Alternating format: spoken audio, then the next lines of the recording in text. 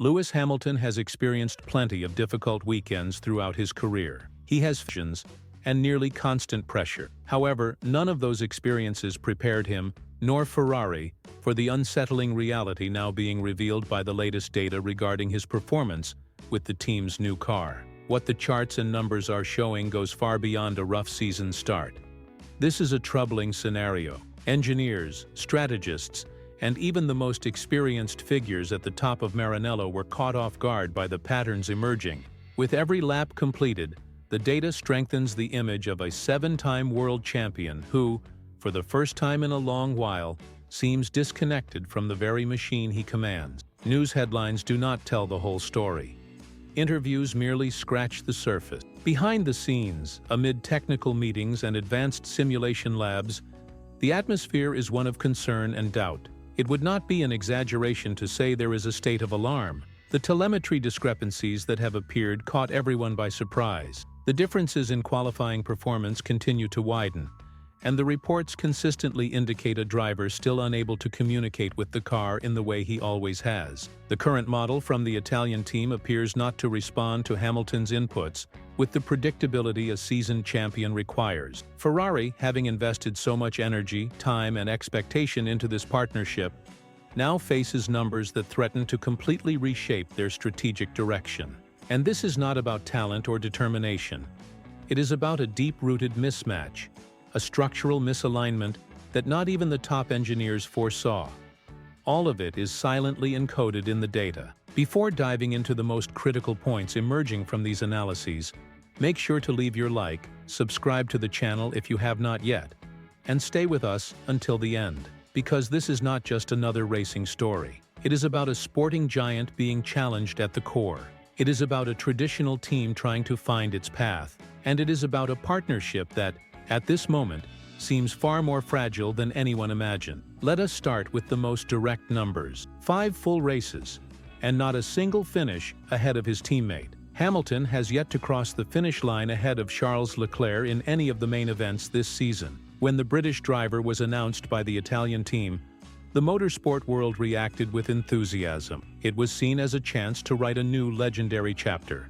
The most successful driver of the modern era steering for the most iconic team in Formula One history. But harsh reality has challenged that narrative from the very first checkered flag. Ferrari's performance analysts have been digging deep into every segment of every race to figure out what is going wrong, and the results of their evaluations are striking. Hamilton is losing time in key areas, particularly during qualifying laps. In nearly every sector, the data reveals performance loss in slower corners, hesitant corner entry, and a lack of grip in the middle of turns. From a technical standpoint, he is struggling to operate the tires within their optimal performance window, something Leclerc appears to manage with ease. In practical terms, Hamilton still has not found a solid foundation of confidence in driving this car. David Coulthard, who has seen decades of technical evolution in the sport, stated clearly that Hamilton is currently underperforming. This was not a criticism,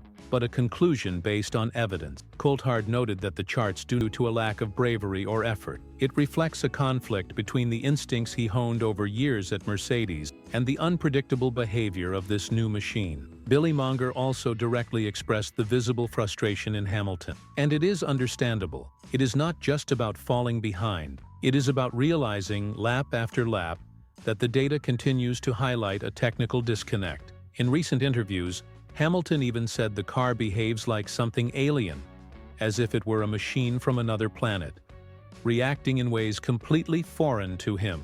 In China, during the sprint race, there was a brief moment of brilliance, a victory that brought relief and rekindled hope.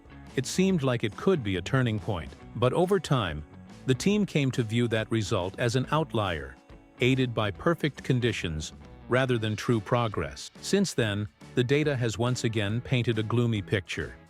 The inconsistencies remain, and trust in the car has not been restored. Inside Ferrari, the mood is one of frustration and uncertainty. The anticipated adjustment period has turned into a prolonged and exhausting challenge. The impact goes beyond individual performance. It affects strategic decisions. The team now has to decide which development path to follow. Should they continue refining the car to adapt the vehicle to Hamilton's needs, at the risk of compromising overall performance? These are difficult questions, because Formula One does not forgive miscalculation. The driving styles of Leclerc and Hamilton are so different that attempting to merge their preferences into one car might be counterproductive. Ferrari is being forced to make a decision that could shape not only this season, but the future of the team. Hamilton, for his part, has shown resilience. Publicly, he maintains a strong stance. He says he will not give up, and that the team will overcome the challenges. Frédéric Vasseur,